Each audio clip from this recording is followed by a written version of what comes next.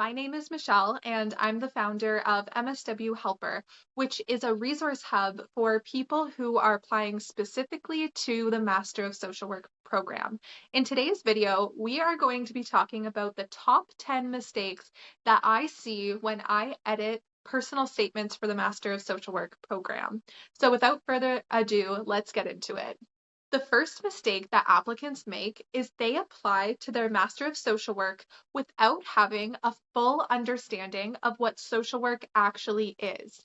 And it's not too surprising because I feel like the general population does not understand the full scope of what social work actually entails.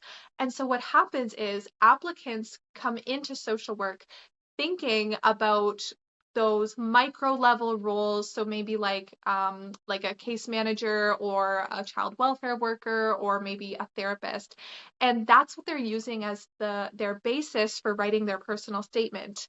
But they're missing some very important information and like theoretical concepts that underpin social work practice.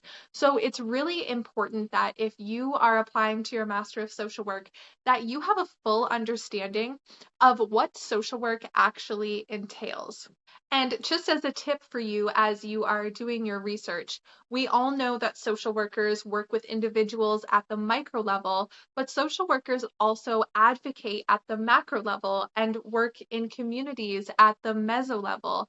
And even if we're doing, like a micro level work with people, you are always thinking about the bigger picture. And that's what makes social work different, is that we are very tied to the idea of social justice and breaking barriers and, not just helping people one to one, but taking care of the issues that cause people to have challenges in the first place. Mistake number 2 is talking about the what, but not the why. I often see applicants make the mistake of regurgitating the roles and responsibilities that they have in their resume in their personal statement. So they'll talk about all their experiences and the skills and the roles that they had, but they don't talk about their insights and motivations. The personal statement is different from what you would typically write in a resume. And in your personal statement, you want to go a lot deeper into talking about like your motivation for pursuing social work.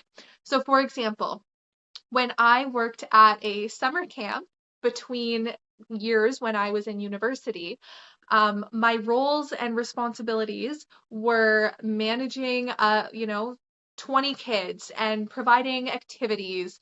And some of my skills were communication and teamwork and leadership. And while that's all great stuff, that belongs in your resume. In your personal statement, you want to focus on your insights and your motivation.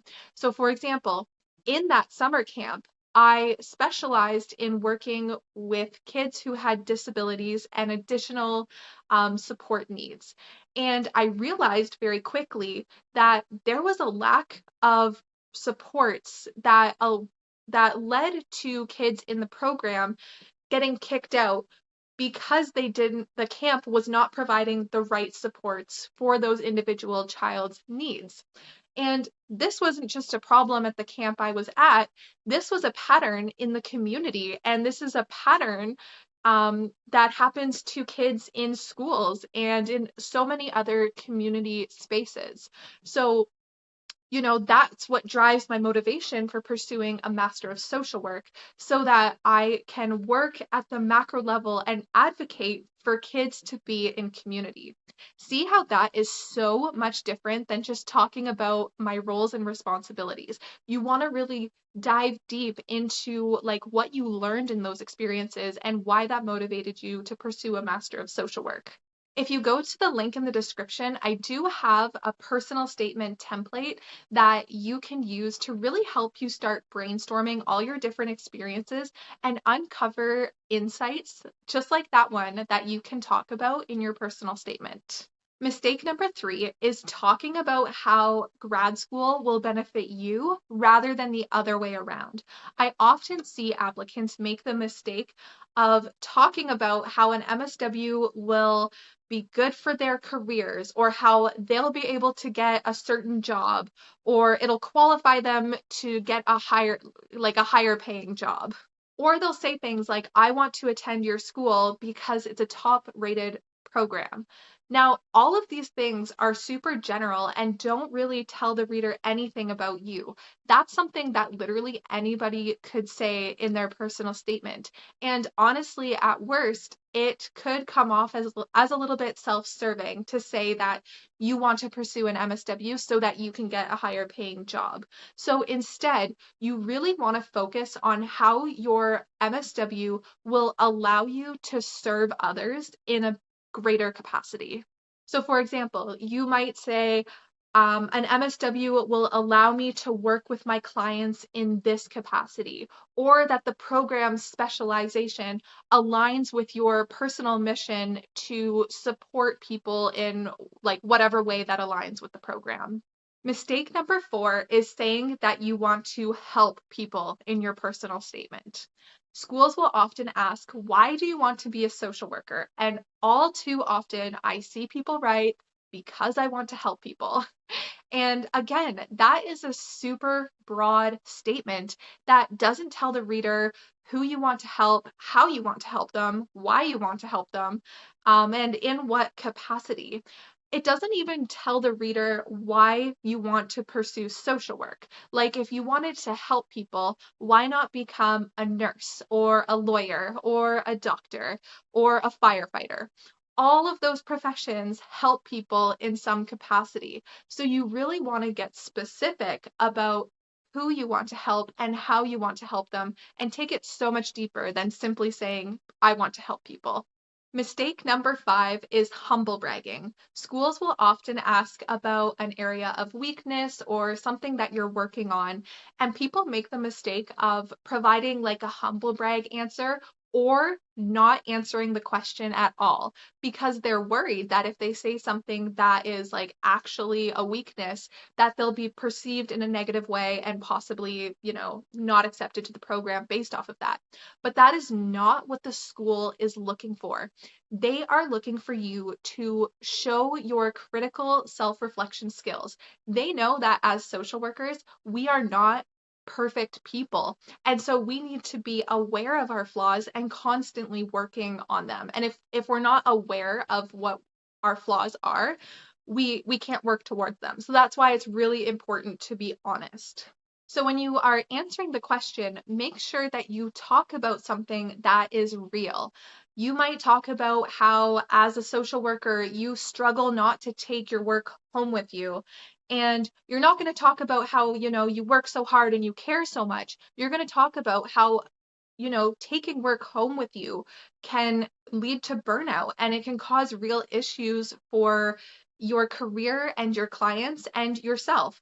And you can talk about like what you're doing to resolve that issue. So, it's not about like framing it in a way that almost sounds like a positive. It's about being like really honest about, this is something I actually need to work on, and this is my plan for doing so. Mistake number 6 is that you don't fully believe in yourself and your capacity to thrive in the program, or at least that's what you demonstrate by what you write in your personal statement. I often see people make the mistake of saying things like, if I'm accepted to the program, or I hope you accept me to the program. But what you should do is use language that is confident that you are a great fit for the program and that you are going to achieve your goal of getting accepted. So instead of saying, if accepted to the program, I would say, when I'm accepted to the program. When you say things like, if I get accepted to the program, or it would be an honor to get accepted to the program, you signal to the reader that you don't fully believe in yourself and you really put too much power in their hands to make that call for you. But truthfully, they're skimming through your personal statement and they don't have time to read between the lines and make judgments about you. You have to be confident in saying, I will be an asset to the program, and like this is how I am going to contribute to the field in a meaningful way. Mistake number 7 is that your personal statement is unorganized. Admissions committees read literally hundreds of personal statements every single application season. And so, I don't know about you, but if I had to read hundreds of personal statements, I'm probably going to be doing a lot of skimming. So if we know that the admissions committee, or if we're assuming that they're probably going to quickly skim through and try to find your answers, why not make it as easy as possible for them to very quickly go through and find your answers? And the best way to do that is to keep your personal statement organized.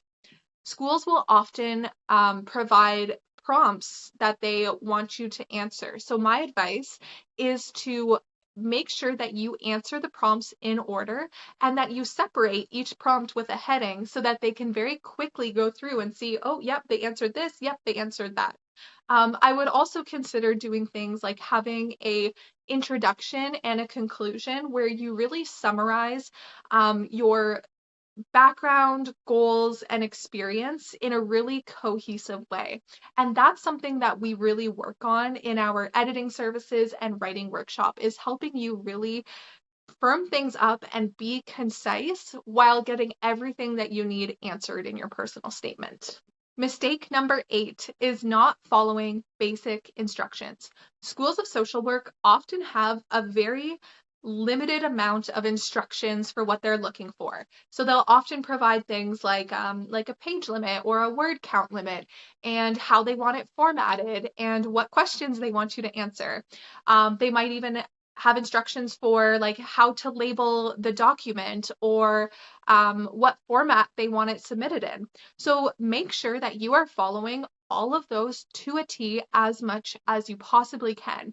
That's just a really simple way to make sure that your personal statement is polished and show that you can listen to the instructions and get your information across in an organized way that adheres to what they're actually looking for. Mistake number 9 is not treating your personal statement like an academic writing sample.